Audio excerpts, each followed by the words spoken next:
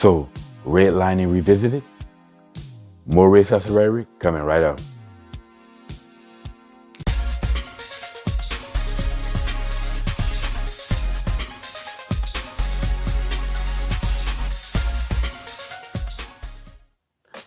What's up, y'all? Welcome back to Common Sense Logical Reason. As always, I want to say thank y'all for joining me today. So, redlining is an example of historical crime, of black people crying about in the relevant past.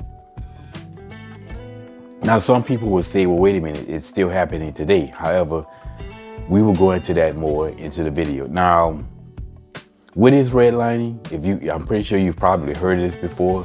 If you listen to enough race hustlers, listen to enough black people crying about racism in America, you've heard redlining, but probably don't even know what it is.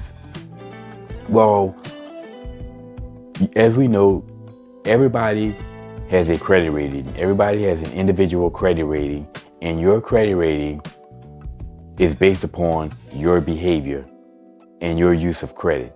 You know, if you do all of the things that's going to cause you to have good credit, you're going to have good credit. If you do things that's going to cause you to have bad credit, you're going to have bad credit. If you don't use any credit at all, your credit history is just going to be zero. But by and large, it basically depends entirely on you and your behavior and the things that you do. You know, if you do stupid things like not pay your bills and open up accounts in your children's names, generally that's an indicator of people having bad credit. But credit is dependent upon you and your personal behavior, has nothing to do with the white man, has nothing to do with what happened 80, 90, 100 years ago. Now, just like people who have individual credit ratings, well, areas are giving credit ratings based upon what the people in those communities do. If an area or people in the area are doing things that's going to cause them to have a good credit rating, or this area to not be a risk to lending, well, this area is probably going to be given a green rating or a yellow rating. But if there's people in the area doing a lot of things that cause this area to be a bad risk, then it's going to be listed as red. You know, such things as committing high crime rates, high murder rates, robberies, you know, poor academic output. Mostly in each and every one of these things has to do with the mentality of the people living in that area. If a lot of these things are going on, then that area is going to be labeled as red because it's going to be a risk to credit. I mean, it's going to be a risk to lend to, for people to invest in. You know, somebody open up a shop and they're living in those areas, they're more likely to get robbed, more likely to have to pay higher insurance because of the crime and that's going on. Because so many of these agents are having to pay out, you know, claims because of people being robbed and such, dealing with people with ghetto mentalities, then it's going to be difficult for people to justify living in that area. You know, if you want to open up a Ferrari dealership, if you want to open it up in Beverly Hills or Miami, where people have money, well, then that would be justifiable. But opening up a Ferrari dealership in the hood doesn't make much sense. Of course, that's a very extreme example, but you get the gist of what I'm saying. It's entirely based upon your personal behavior. Now, there was, the personal behavior of the people in that community. There was a time in this country, though, however, where black communities were wrongfully redlined, and only because the people living in those communities was black.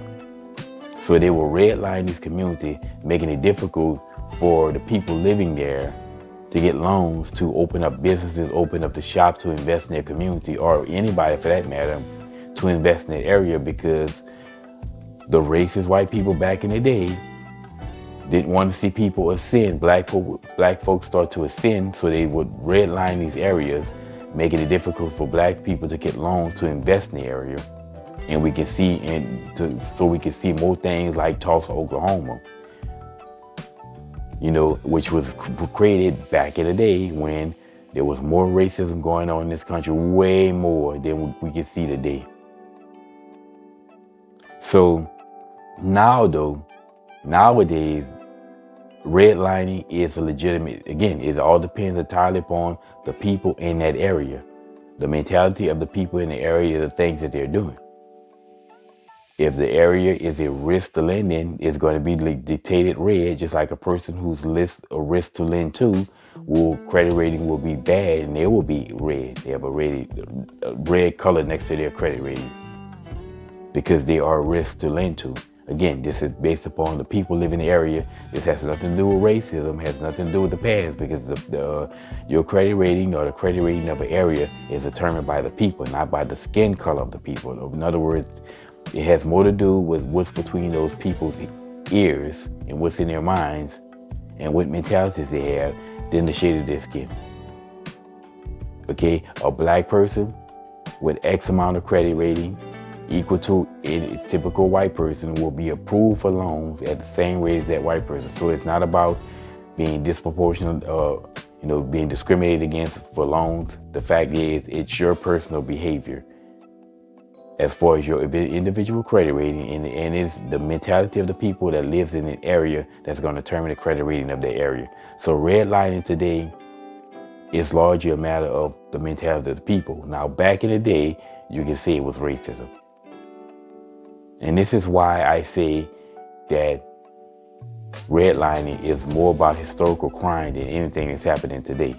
If a person or a community has a bad credit rating, instead of crying about racism, how about you go into that community and change the mentality of the people that live there?